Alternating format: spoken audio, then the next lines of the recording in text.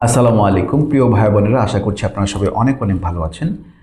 এই ভিডিওতে এমন কিছু বিষয় নিয়ে কথা বলবো যা না জানার কারণে আমাদের অনেকেই কাঙ্ক্ষিত সফলতা পাচ্ছেন না বা বারবার ফেলিওর হচ্ছেন।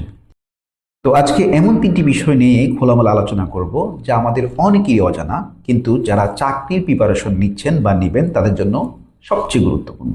আচ্ছা, প্রথম যে বিষয় সেটি হচ্ছে বিসিএস বা গভর্নমেন্ট জব পেতে হলে প্রচুর পড়াশোনা করতে হবে, এবং আমরা প্রায় সবাই এই কাজটি করে থাকি। কিন্তু আমি বলছি এটা একটি প্রচলিত ভুল ধারণা।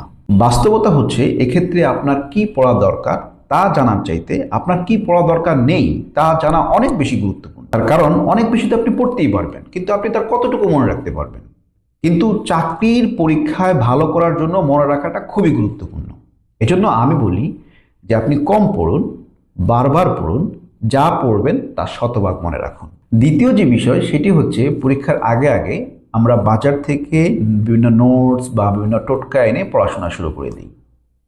আমি বলছি এটাও একটি ভুল সিদ্ধান্ত। তার কারণ বাস্তব অভিজ্ঞতা দেখা যায় যে এর মাধ্যমে লাভের লাভ তো কিছুই হয় না, বরং যা হয় তার পুরোটাই ক্ষতি। কিভাবে?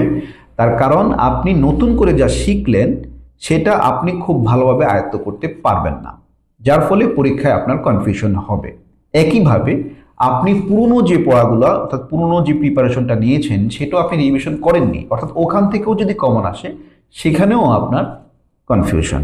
Ultimately you are a failure. আর আজকের আলোচনা তৃতীয় এবং সবচেয়ে গুরুত্বপূর্ণ যে বিষয় সেটি হচ্ছে বিসিএস বা গভর্নমেন্ট জবের জন্য আমরা যখন প্রিপারেশন নেই তখন বিভিন্ন বই বা গাইড থেকে আমরা বিভিন্ন টপিক পড়ি, কিন্তু দেখা যায় যে পরীক্ষার আগে আমরা কোন টপিক কোন বই থেকে পড়েছি সেটাই মনে নেই, বা সেটা আমরা খুঁজে আর পাই না। যদি খুঁজেও পাই সেটা খুঁজে বের করার মতো সময় আমাদের আর হাতে থাকে না। এজন্য এমন একটা নোট খাতা বানিয়ে নিন যাতে কোনো টপিক যখন পড়বেন তখন তা কোন বই থেকে পড়লেন বা গাইড থেকে পড়লেন, কত পৃষ্ঠা থেকে পড়লেন সেটা সেখানে লিখে রাখুন। এতে করে আপনার আরও একটা উপকার হবে, সেটা হচ্ছে ওই নোট খাতা যখন আপনি চোখের সামনে ধরবেন তখন এক দৃষ্টিতে আপনার চোখে ভেসে উঠবে আপনার কতটুকু অগ্রগতি হলো এবং কতটুকু অগ্রগতি আরও করা দরকার। তো আজকে এই পর্যন্তই। ভালো থাকুন, সুস্থ থাকুন, দেখা হবে অন্য কোনো ভিডিওতে ভিন্ন কোনো বিষয়ে। আসসালামু আলাইকুম।